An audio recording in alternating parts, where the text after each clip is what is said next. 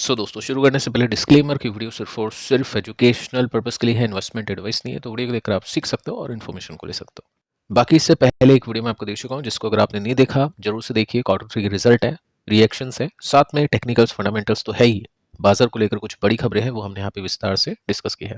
अब आ जाते हैं यूएस के बाजार पर। देखिए डाउ जोन्स के अंदर अभी 60 बीपीएस का डिप है, 60 पॉइंट्स का डिप है, 0.12% का डिप है। नेस्टेक को देख लेते हैं तो नेस्टेक के अंदर कुछ खास नहीं है, यानी न्यूट्रल है यूएस के बाजार।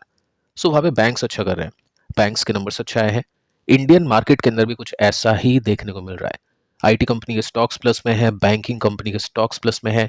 आज के दिन भी कुछ बैंक के एनबीएफसी के रिजल्ट आए हैं, अभी अपन चेक करते हैं उसको। बट उससे पहले कुछ बड़ी खबरों को देख लेते हैं। देखिए दोस्तों, यहाँ पे एक खबर आपके सामने है, शाम को 6 बजे की न्यूज़ है, जिसके अंदर सिंपली आप नोट कर सकते हैं कि लाइव ट्रेडिंग स्केड्यूल है 1 फरवरी 2026 को, यानी इस दिन संडे है, लेकिन फिर भी मार्केट ओपन रहेगा। क्या टाइमिंग होगा? आप देख सकते हैं टाइमिंग वही होगा जो हमेशा है। जो भी मार्केट का टाइम है 9:15 से लेकर 3:30, तो मार्केट उसी टाइम ओपन रहेगा। मार्केट के अंदर हमने ये देखा कि बजट आने वाला है, बजट संडे को है। तो काफी लोग ये सोच रहे थे कि बजट फिर 2 तारीख को आए, मंडे को आए। लेकिन दोस्तों बजट आएगा 1 तारीख को ही, लेकिन संडे है तो क्या हुआ, मार्केट को ओपन रखा जाएगा। देखते हैं दोस्तों किस तरह के रिएक्शंस आते हैं और किस तरह की न्यूज़ आउट होती है। बाकी एक्सपेक्टेशंस के ऊपर भी बातचीत करेंगे आगे चल के, कल परसों के दिन। इस बार एलटीसीजी और एसटीसीजी घटने की पूरी पूरी एक्सपेक्टेशन है। होगा नहीं होगा पता नहीं है, हर बार एक्सपेक्टेशन होती है, लेकिन इस बार कुछ ज़्यादा ही एक्सपेक्टेशन है। साथ में एफआईज का डेटा आप देख सकते हैं। एफआईज ने माल बेचा है 4346 करोड़ रुपीस का, और डीआईज ने बाइंग की है 4000 करोड़ रुपीस के आसपास। साथ में ट्रंप अगेन न्यूज़। ट्रंप दोस्तों लगा सकते हैं टैरिफ उन नेशंस पर जो ग्रीनलैंड को सपोर्ट कर रहे हैं। ठीक है, ग्रीनलैंड को सपोर्ट करने का मतलब है कि यूएस के अगेंस्ट है। आप देख सकते हैं जो नेशन जो सपोर्ट नहीं करे ग्रीनलैंड की डील को, यानी यूएस अगर बाय करना चाहता है ग्रीनलैंड को, जो भी सपोर्ट कर रहा है ठीक है, जो सपोर्ट नहीं करेगा उसके ऊपर टैरिफ लग जाएगा। अब दोस्तों आते हैं रिजल्ट के ऊपर।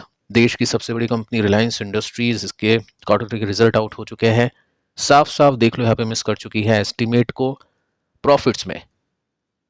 कंपनी का प्रॉफिट 1% के साथ में बढ़ा है, जस्ट 1% के साथ में। लेकिन जो कंपनी का रेवेन्यू है वो 11% के साथ में बढ़ चुका है।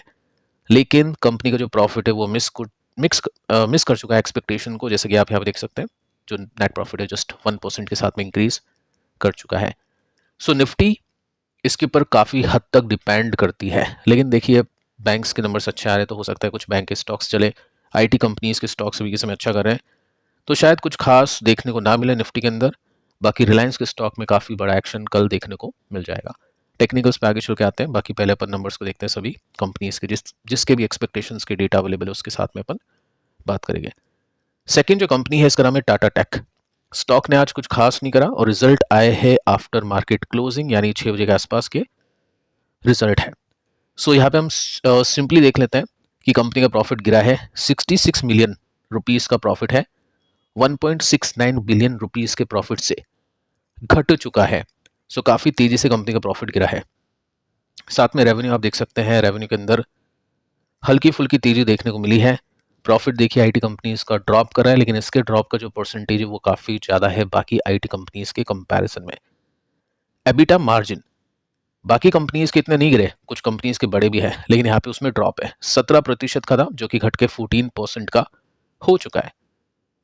काफी बड़ा ड्रॉप है, और इसको लेकर देखते हैं मार्केट इसको किस तरह के रिएक्शंस देता है। बाकी नेगेटिव रिएक्शंस की एक्सपेक्टेशन अब इन्वेस्टर्स इससे करेंगे। काफी धुआंधार रिजल्ट है, काफी सारे क्वेश्चंस कमेंट्स आ रहे हैं इस कंपनी को लेकर। कंपनी का नाम है पूनावाला फिनकॉर्प। एक टाइम था जब इसको बजाज फाइनेंस कहा जा रहा था कि अगला बजाज फाइनेंस की कंपनी बन सकती है, क्योंकि बहुत अच्छे रिजल्ट इसके कुछ क्वार्टर्स में आए थे। उसके बाद में वापस से कंपनी ने खराब परफॉर्म किया। इस बार क्या हो चुका है उसको चेक कर लेते हैं।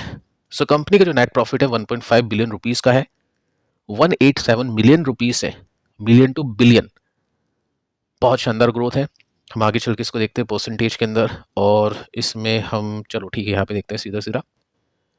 सबसे पहले न्यूज़ ये भी देखिए आप इसमें कि 25,000 करोड़ रुपीस का फंड रेज कंपनी करने वाली है। Good news. Q3 का प्रॉफिट जंप कर चुका है 8 टाइम, 8 गुना जंप कर चुका है। नेट इंटरेस्ट इनकम बढ़ चुकी है 50% के साथ में।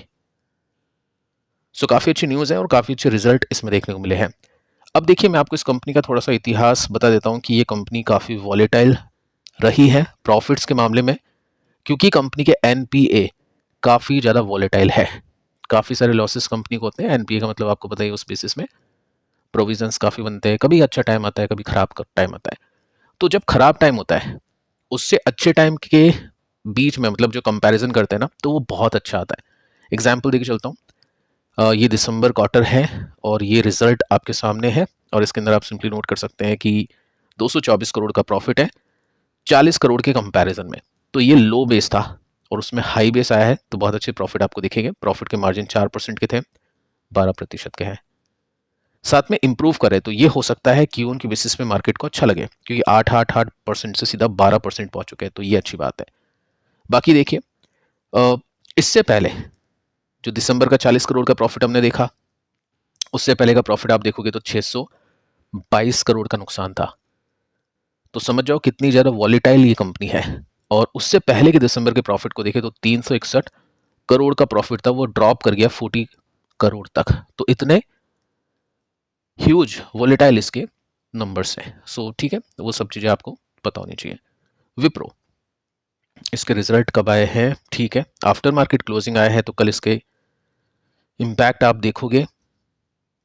हम चलते हैं एबिट पर, क्योंकि हैव एक्सपेक्टेशंस के डेटा गिवन है। सबसे पहले रेवेन्यू को देखते हैं, क्योंकि देखो प्रॉफिट में एक्सपेक्टेशन दिया नहीं है, क्योंकि लेबर कोड है, उसके अंदर काफ़ी सारी चीज़ें होती हैं। प्रॉफिट ड्रॉप करते हैं तो मार्केट ने एंटिसिपेट नहीं करा कि कितना क्या होगा। बाकी रेवेन्यू को देख लेते हैं। 235, एक्सपेक्टेशन 227, यानी एक्सपेक्टेशन से बीट की है स्लाइटली। ठीक है, आगे चलते हैं। एबिट को देखते हैं और इसमें है 35 बिलियन, एक्सपेक्टेशंस थी 38 बिलियन की। तो ठीक है, कंपनी इस वैसे भी प्रॉफिट में अंडर परफॉर्म करी। पॉइंट है प्रॉफिट के मार्जिन्स का, तो प्रॉफिट के मार्जिन्स में इसने थोड़ा सा अंडर परफॉर्म किया। यहाँ एक्सपेक्टेशन का डेटा गिवन नहीं है। सो कंपनी के जो नेट प्रॉफिट है वो गिर चुके हैं 7%। बड़ी बात नहीं है, काफ़ी सारी कंपनीज के गिर रहे हैं। डिविडेंड डिक्लेयर कर दिया है 6 रुपीज़ का। रेवेन्यू में कंपनी ने किया है एक्सपेक्टेशंस को बीट। अब पॉइंट ये बन जाता है कि कंपनी ने गाइड क्या किया है, गाइडेंस क्या दी है, क्योंकि इन्फोसिस के स्टॉक का जो इम्पैक्ट हुआ है वो गाइडेंस का हुआ है तीजी में। एलटीटीएस का इम्पैक्ट नेगेटिवली, क्योंकि गाइडेंस खराब थी। तो देखो इसमें क्या है। सो यहाँ पे कंपनी ने बोला है कि एक्सपेक्ट करो Q4 के अंदर कि सर्विस रेवेन्यू निकलेगा। ये देखो अमाउंट यहाँ पे बता रखा है। अब ये तो देखो मार्केट ही पता करेगा, आपको बताएगा कि कैसे रिजल्ट है, किस तरह की एक्सपेक्टेशन है, क्योंकि यहाँ पे परसेंटेज के अंदर होता है कि पिछली बार इतना का था, अब इतना हो चुका है, ज़्यादा हो चुका है, कम हो चुका है। तो अपने जैसे साधारण इंसान समझ लेते हैं, बट यहाँ पे थोड़ा सा टेक्निकली देखना पड़ेगा कि मार्केट को क्या लग रहा है कि कितनी एक्सपेक्टेशंस पहले थी और उस हिसाब से कितनी कम ज़्यादा हुई है। सो कल ही पता चलेगा। बाकी रिजल्ट आपको पता ही है, ओके है। रिजल्ट के अंदर कुछ खास प्रॉब्लम नहीं है। खेल डिपेंड करता है गाइडेंस के ऊपर। अब इसके बाद में आते हैं दोस्तों पॉलीकैब के ऊपर, और इसमें रिजल्ट आ चुके हैं 3:14 पर। सबसे पहले इम्पैक्ट आपको दिखा देता हूँ। जैसे ही 3:14 होते हैं, स्टॉक नीचे क्रैश 4% के साथ में। कैसे रिजल्ट है उसको चेक करते हैं। देखो रिजल्ट बहुत अच्छे दिख रहे होंगे आपको, है ही एक्चुअली अच्छे। नेट प्रॉफिट कंपनी का 6.2 बिलियन का है 4.6 से। सो ग्रोथ है, बहुत अच्छी ग्रोथ है। ठीक है, रेवेन्यू आप देख सकते हैं 52 से 76 हो चुका है। प्रॉब्लम कहाँ पे है? प्रॉब्लम है एबिट मार्जिन की। 13.8% से गिर के 12.7% ये हो चुका है, यानी ये प्रॉब्लम है। अब इसमें आगे चलते हैं, हम देख लेते हैं कि क्या हुआ है। ईपीएस बीट है या मिस है? तो ईपीएस तो मिस है, यानी जो स्टॉक ने अच्छा परफॉर्म किया था, जो परसेंटेज ग्रोथ दिखाई थी, उसके हिसाब से एक्सपेक्टेशंस थी कि बहुत अच्छे रिजल्ट आने चाहिए। देखो परसेंटेज में अभी भी बहुत अच्छे रिजल्ट है, लेकिन थोड़ा सा मिस हो गया, 5% के साथ में मिस है। अब होता क्या है, जब रिजल्ट मिस होते हैं तो स्टॉक कभी कभी जरूरत से ज़्यादा गिर जाता है, तो स्टॉक इन्वेस्टिंग के मौके मिलते हैं। कभी कभी ईपीएस बीट होता है तो जरूरत से ज़्यादा भाग जाता है, फिर करेक्शंस आते हैं। सो वही गेम है, आगे चल के देखते हैं। आज तो छोटा मोटा रिएक्शन अपन ने देखा, कल मार्केट ओपन रहेगा तो मार्केट को आसानी से इसके लिए रिएक्ट करने का मौका मिलेगा, बाइंग सेलिंग का मौका मिल जाएगा। सो देख सकते हैं यहाँ पे हायर एक्सपेंसेस हैं जो हिट कर चुके हैं मार्जिन को। टॉप लाइन के अंदर काफ़ी अच्छी ग्रोथ देखने को मिली। रेवेन्यू 46% के साथ में बढ़ चुके हैं। एबिटा 34% के साथ में बढ़ चुका है, बट मार्जिन कंप्रेस हुए हैं। सो ये रीज़न है कंपनी के ईपीएस मिस का, और बाकी सब कुछ ठीक है। फेडरल बैंक, इसने आज काफ़ी इन्वेस्टर्स को सरप्राइज किया, 10% के साथ में भाग गया। अब ये जो स्टॉक है ना, ये बैंकिंग कंपनी का स्टॉक है, आपको बताइए, हो सकता है ये नहीं हो इन्वेस्टर्स के पास में, तो ये नहीं है तो कोई बात नहीं, इससे आइडिया लगता है कि टोटल सेक्टर किस तरह से परफॉर्म कर सकता है। जैसे यूएस मार्केट के अंदर आप देख सकते हैं बैंक्स अच्छा परफॉर्म करे, तो इंडियन मार्केट के अंदर भी उम्मीद है कि बैंक्स अच्छा परफॉर्म कर सकते हैं। झलक आपको फेडरल बैंक ने दिखाई दी है। तो रिजल्ट अच्छे हैं इसके, और मैनेजमेंट ने थोड़ा सा बोला है कि प्रेशर दिखेगा मार्जिन पर Q4 के अंदर रेट कट की वजह से, लेकिन मार्केट को मतलब नहीं है, मार्केट ने आज इसको काफ़ी अच्छी तरह से अप्रिशिएट किया है। सो वो चीज़ है। चलिए टेक्निकल्स पे आते हैं, रिलायंस के ऊपर आते हैं। सबसे पहले रिजल्ट अच्छे नहीं है, नेट प्रॉफिट मिस कर चुके हैं, रेवेन्यू बीट कर चुका है। सो सपोर्ट, मेजर सपोर्ट काफ़ी नीचे है, कितना है, 25% है, बहुत बड़ा गैप है। उससे पहले सपोर्ट ये है, जो कि कितना नीचे है, 7% नीचे है। आपको क्या लगता है स्टॉक किस तरह से कर सकता है, कमेंट कर सकते हैं। टाटा टेक, रिजल्ट अच्छे नहीं लगे, एक्सपेक्टेशन का डेटा नहीं था, तो जब तक स्टॉक कुछ रिवर्सल्स नहीं दिखाता है, जब तक कोई भी तेजी की एक्सपेक्टेशन नहीं करेगा, क्योंकि जब तक रिजल्ट अच्छे नहीं हो गए, टेक्निकली में रिवर्सल नहीं होगा, जब तक क्या ही मतलब है। कंपनी अच्छी है, ब्रांड अच्छा है, बट वैल्यूएशन ज़्यादा है और उस हिसाब से कंपनी कर नहीं पा रही है। इसके बाद में पूनावाला फिनकॉर्प, काफ़ी कॉम्प्लेक्स कंपनी है, देखना पड़ेगा रिजल्ट का क्या इम्पैक्ट होगा, क्योंकि काफ़ी वोलेटाइल इसका डेटा है जो मैं आपको समझा चुका हूँ। सो रेसिस्टेंस ब्रेक करता है तो ठीक है, फिर हाँ हम बोल सकते हैं कि अच्छी बात है, टेक्निकली स्टॉक काफ़ी स्ट्रांग हो चुका है।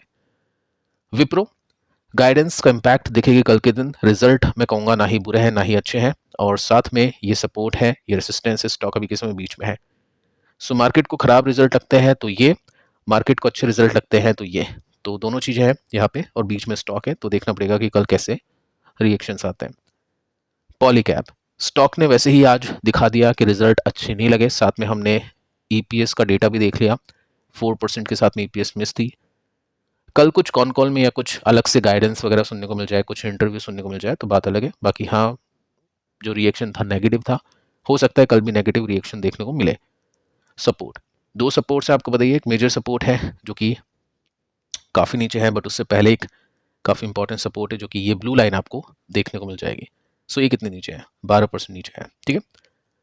फेडरल बैंक, स्टॉक काफ़ी अच्छे ट्रेंड के अंदर है, ICICI bank, HDFC bank, Kotak, इन सब पे नज़र होगी इन्वेस्टर्स की, क्योंकि देखते हैं नंबर्स कैसे आते हैं, क्योंकि वो बैंक्स स्टेबल है इस कंपनी के कंपैरिजन में। बाकी फिलहाल तो इसने पिछले 4-5 साल से बहुत ही अच्छा परफॉर्म किया है। सो फिलहाल दोस्तों इस वीडियो में इतना ही, मिलता है नेक्स्ट वीडियो में, तब तक के लिए बाय बाय।